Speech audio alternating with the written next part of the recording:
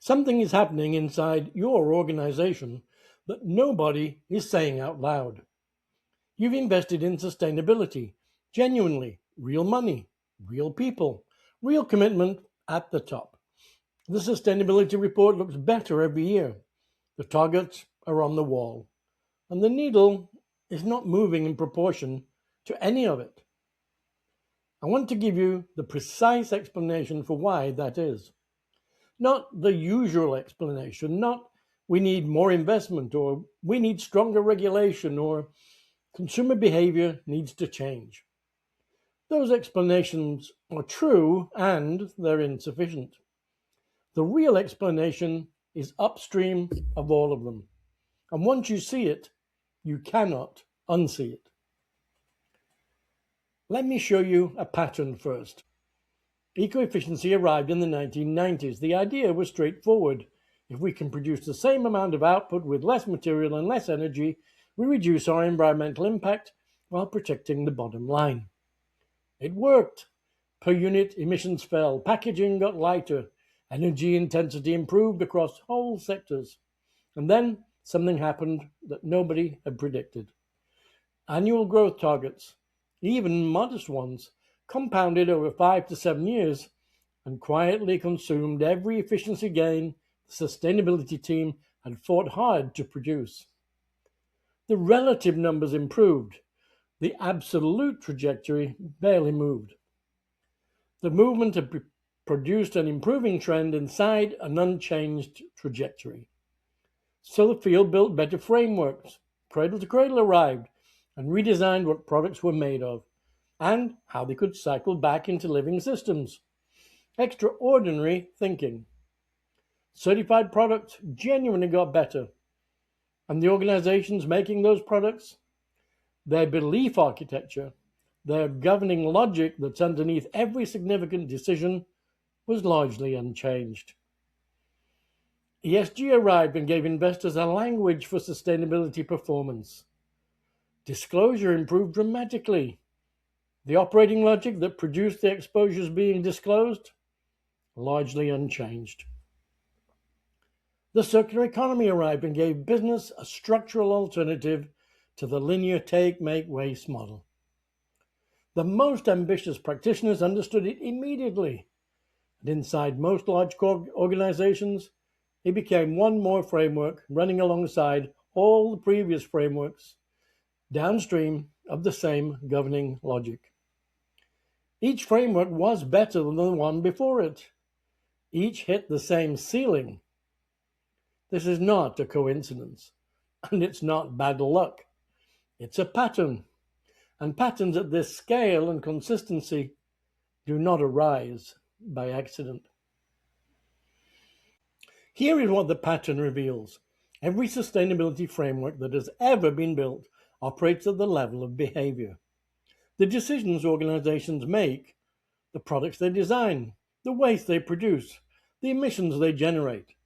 That's the correct level at which to intervene. The problem is that it's not the only level. Underneath every decision is a belief, an operative belief. Not what the organization says it believes, not what appears on the mission statement or the sustainability report, but the belief that actually governs decisions when the alternatives are inconvenient. When sustainability becomes costly, when the sustainable supplier is more expensive, when the net zero investment competes with the quarterly target, when the circular design requires a longer development cycle than the product team has. Something else governs the way the decision goes. That something is not the strategy, it's not the framework, and it's not the sustainability director's commitment. It's the operative belief underneath all of those. And operative beliefs are not downstream of behavior, they're upstream of it. They govern what the strategy is allowed to become before any strategy conversation begins. Chris Argyris called this the difference between espoused theory and theory in use. What an organization says it believes and what its decisions reveal that it actually believes. The gap between those two is not a communications problem. It's not a culture problem. It's a belief architecture problem. And it is precisely the layer that every sustainability framework has been built to operate below. This is why every framework hits the same ceiling, not because the frameworks are wrong, because something above them, something that was never the framework's target, is actually governing what the framework is allowed to produce. Now, I want to be clear and concrete about what I've seen this cost. In organizations that I've worked with across 40 years, the pattern is consistent.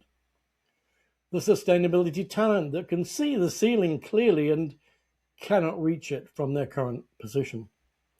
That is a real weight for a person to carry. The capital invested to transform this work that hits the ceiling and cannot go further. Not because the work was wrong, but because it was applied at the wrong level.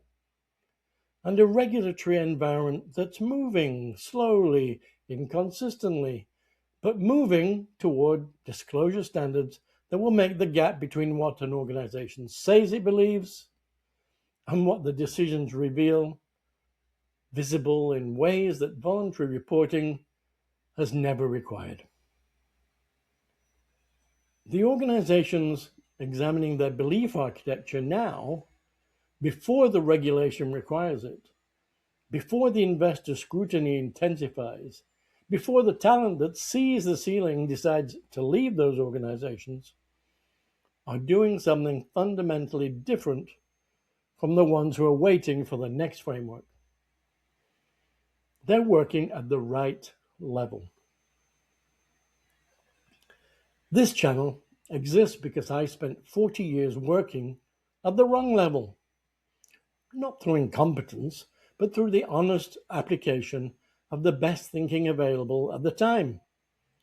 I helped build some of the frameworks I just described: the Sustainable Packaging Coalition, the Cradle to Cradle Products Innovation Institute, and I watched each of them do extraordinary things. I watched each of them hit the same ceiling.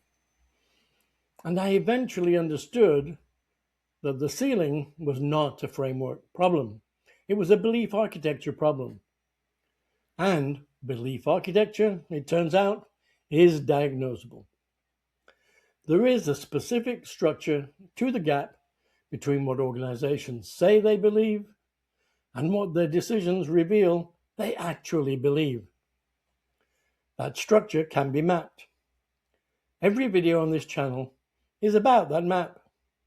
The beliefs that set the ceiling, the instrument that surfaces them, and the transformation that then becomes possible when the belief layer is finally examined.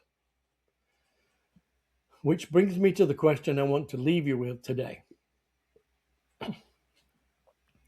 The real question is, what does your organization actually believe when the sustainable option becomes inconvenient? Not what it says it believes, not what appears in the annual report, what the decisions reveal. That question is the beginning of the work. I'll see you next week.